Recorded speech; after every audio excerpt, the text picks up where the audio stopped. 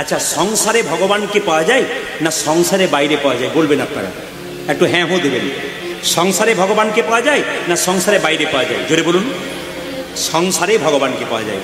একটু ব্যাখ্যাটা শুনে নিন, তাহলে বুঝতে পারবেন। ঘর বাড়ি ত্যাগ করে বলে কৃষ্ণ হরে হরে, তুং দিয়ে যাই বৃন্দাবন, বাড়ি ছেড়ে তো চলে গেছে, ঘর যে তার মনে আছে, এই ত্যাগে পাওয়া যায় না শ্রীনন্দের নন্দন।